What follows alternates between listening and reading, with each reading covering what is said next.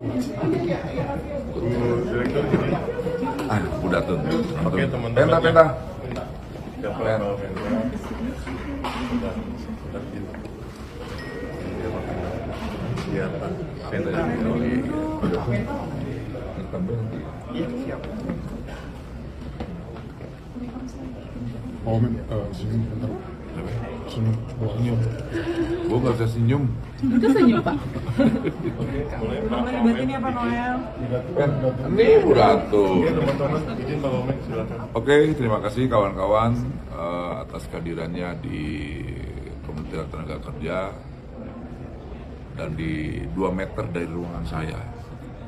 Gitu, hari ini tadi kita sudah panggil kawan-kawan aplikator atau platform digital dan mereka hadir luar biasa. Sedikit ada situasi yang membuat saya marah ya, gitu, karena ada hal yang membuat kita tersinggung gitu loh, terkait kawan-kawan ada yang tidak dapat BHR, ada yang cuma dapat 50.000 BHR-nya, tapi mereka kawan-kawan aplikator tadi mengklarifikasi terkait kenapa mendapatkan 50.000, kenapa tidak mendapatkan juga gitu. Ternyata di mereka tuh ada beberapa kriteria, tapi kriteria itu juga kita sanggah dengan data-data yang menjadi basis laporan kawan-kawan driver ojek online gitu. Tapi mereka akan melakukan evaluasi yang menyeluruh ya, karena jangan sampai kejadian Lebaran kemarin itu terjadi di Lebaran ke depan. Tapi satu hal yang menjadi poin adalah ini adalah kemenangan perjuangan kawan-kawan ojek online. Gitu. Pak, untuk kriteria yang perlu dievaluasi sendiri kira-kira apa Pak? Ya terkait misalnya mereka mendefinisikan keaktifan dan sebagainya, dan kita tidak tahu ukuran keaktifannya seperti apa. Kemarin ada berapa kriteria tadi Bu Betun? 3 kriteria, kalau di Maxim itu ada 4 ya, kategorisasinya A, B, C, F, D sampai 4. Tapi mereka nanti akan mengevaluasi kategorisasi, kriteria dan sebagainya, karena kita tidak mau kawan-kawan driver ojek online ini terabaikan hak-haknya gitu ya. Mereka punya semangat untuk melakukan evaluasi, itu poin yang penting dari hasil pertemuan tadi. Karena tadi kan Bapak bilang ada yang nggak mendapatkan dan ada yang 50.000 aja. Itu jumlahnya ada berapa Pak? Berapa juta gitu? Mereka akan memberi data itu ke kita nanti, ke Bu Datun ya, Bu ya. Bu direktur saya akan minta itu. Gitu. Tapi kasarnya tadi disebutin nggak Pak ada berapa juta gitu? Ya lumayan banyak yang dapat, ya yang tidak dapat ya belum disampaikan gitu. Kalau yang dapat paling tinggi dikasih tahu juga nggak Pak? Apa yang Ada yang 1,6 ribuan juga Bu ya, ribuan. Kita minta datanya, kita benar minta, nggak kita ini nih, akhirnya paksa mau tahu kita. Yang dapat 50.000 berapa, yang middle berapa, ratusan ribu, sampai yang paling tinggi 1,6. Ya cukup signifikan menurut kita. Berarti Tapi mereka nanti akan melakukan evaluasi ya, nggak bisa enggak. Berarti datanya nanti dikasih? Ya, akan dikasih. Yang bekas kita. Oke, pasti. Kita minta tertulis. Pak Wamen, berarti ini dipastikan belum ada sanksi gitu kalaupun nanti ada pelanggaran? Ya, kita memang kan ini kan keputusan yang baru. Kita nggak mungkin ingin memberikan sanksi ya, karena biar gimana pun platform digital ini juga punya peran ya, memberi ruang lapangan pekerjaan. Nah, tinggal nanti regulasinya kita perkuat terkait apa? Kesejahteraan driver ojek online-nya. Itu yang paling penting. Karena kan dua-dua ini harus hadir, nggak bisa tidak. Pak, ini kan pertama kali, berarti nanti ada kemungkinan ini kan lanjut di tahun-tahun berikutnya. Apakah akan dibuat aturan khususnya agar para driver online gitu, pengemudi gitu mendapatkan THR setiap tahun? Yang jelas ini sudah menjadi atensi ya, menjadi atensi kita sebagai negara. Atas itu termanifestasi dengan nanti Seknek Bu ya? Iya, Sekretariat Negara akan mengkoordinir regulasi khusus untuk yang driver online. Tidak hanya BHR tapi perlindungan. Semua perlindungan. Perlindungan terhadap driver online baik itu untuk yang pengemudi untuk pengangkutan orang maupun barang. Jadi kita sangat peduli ya terhadap keberadaan kawan-kawan driver ojek online, kurir online, lantas apa gitu, taksi online. Ya, taksi online. Nah, ini bentuk negara hadir dengan apa?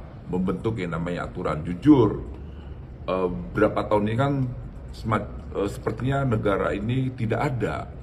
Dengan apa? Tidak hadirnya yang namanya regulasi.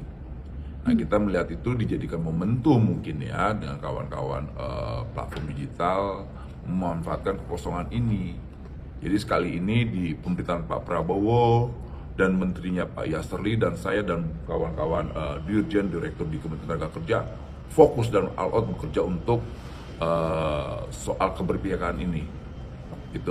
Nah, sedikit tadi soal perlindungan kan, kalau perlindungan di kita pekerja kan ada yang BPJS Ketenagakerjaan ya Pak, jaminan hari tua dan lain-lain. Apakah nanti regulator diminta mendaftarkan semua drivernya atau seperti apa?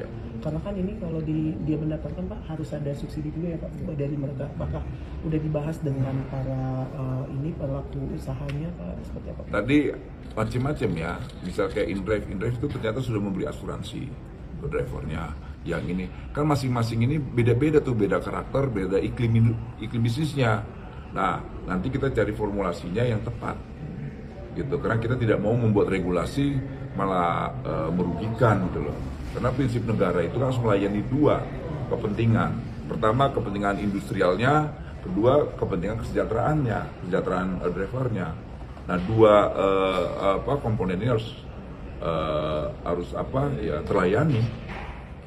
Pak, berarti yang setelah evaluasi ini, apakah driver yang BHR-nya hanya 50.000 atau nggak dapat itu bakal dapat BHR susulan atau gimana Pak? Kalau soal itu kita belum mengacu ke sana. Tapi yang jelas ini menjadi bahan evaluasi kita untuk ke depan, jangan sampai hal itu terjadi lagi. Gitu. Pak Wamen, soal isu bisa nggak? Apa? Soal isu. Isu lain. Isu lain. Ya. Jadi kan Selain apa tuh? Tarif resiprokal. Jadi industri tenaga kerja lagi terancam PHK. Kita ngomongin online dulu lah. Kesiapan dari Kemenaker sendiri sih Pak Wamen kira-kira sejauh apa untuk merespon tarif resiprokal? Aku belum bisa menyampaikan hal itu ya. Fokus aku kan ini dulu nih, online ojek online ya. Saya minta maaf. Ada lagi kalau nggak ada, makasih ya. Ya dari Gojek, Grab, InDrive, Lalamove, Shopee, JNE, boleh gitu, Maxim, gitu. Ada 7. Berapa? 7. Ya segitulah. Dari 7 itu yang evaluasinya paling bagus yang mana Pak?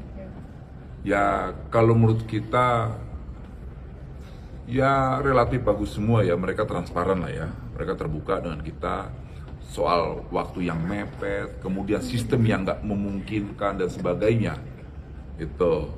Dan ini juga ya, tapi sekali lagi kita negara menekankan hal itu tidak boleh terjadi lagi untuk periode kedepannya. Pak, ini soal regulasinya Pak, itu regulasi perlindungannya khususnya teknisnya peraturan menteri Beliau, Permenaker atau PP bahkan. Tidak, jadi ini dari Sekretariat Negara menginisiasi, kami dikumpulkan ya dari beberapa sektor yang terkait untuk menyusun yang tepat apa, masih belum ditentukan peraturan presiden atau peraturan pemerintah. Memang idealnya adalah peraturan pemerintah. Nah, ini yang masih dibahas terus ya, dan nanti dari Sekretariat Negara pun akan mengundang dari pihak aplikator. Jadi kami ngikut di Sekretariat Negara, nanti siapa yang menjadi leading sektornya yang menentukan dari Sekretariat Negara. Karena ini kan lintas sektor, dan kalau kita bicara Menko adalah lintas koordinator, menteri koordinator, ada Kemenhub, ada kemudian Komdiji, ada Naker, ada yang lain. Tapi sudah ada gambaran rapatnya mereka? Sudah dimulai, tetapi baru istilahnya kalau kita mengumpulkan permasalahan ya, masukan-masukan dari kayak belanja masalah seperti itu. Tapi kan sebetulnya peraturan itu sudah sempat dibahas sejak zamannya Bu Ida ya. Ya itu. Ya kalau yang peraturan menteri dari Permenaker itu kan sifatnya masih fokus ke ketenaga kerjaan. Nah itu kan belum bisa komprehensif berbicara mengenai bagaimana tarif, bagaimana istilahnya dari Komdiji sendiri, karena tarif itu ada yang di Komdiji, ada juga di Kemenhub. Nah ini yang karena lintas sektor, lintas kementerian ini yang mau disatukan supaya jadi satu peraturan yang komprehensif. Jadi tidak sepotong-sepotong. Hubungan kerjanya Bu. Kalau itu nanti, ya itu nanti dibicarakan tidak dalam konteks teknis ini ya kan, itu masih lebih jauh lagi nanti. Kajiannya kira-kira akhir tahun ini gitu. Kalau regulasinya belum akhir tahun ini ya, jadi masih dibahas. Jadi kita nunggu dari Sekretariat Negara karena di lead oleh Sekretariat Negara. Ada lagi? Satgas PHK, prioritasnya apa sih? Dulu Satgas PHK, Menteri saya seperti Menteri saya dong. Ya kan? Ada lagi? Nggak ada lagi ya? Pokoknya secara prinsip, aplikator meminta maaf ke kita. Dan mereka akan mengevaluasi kekurangan mereka yang kemarin lah. Karena memang kita harus wajarnya. Pertama itu aturan yang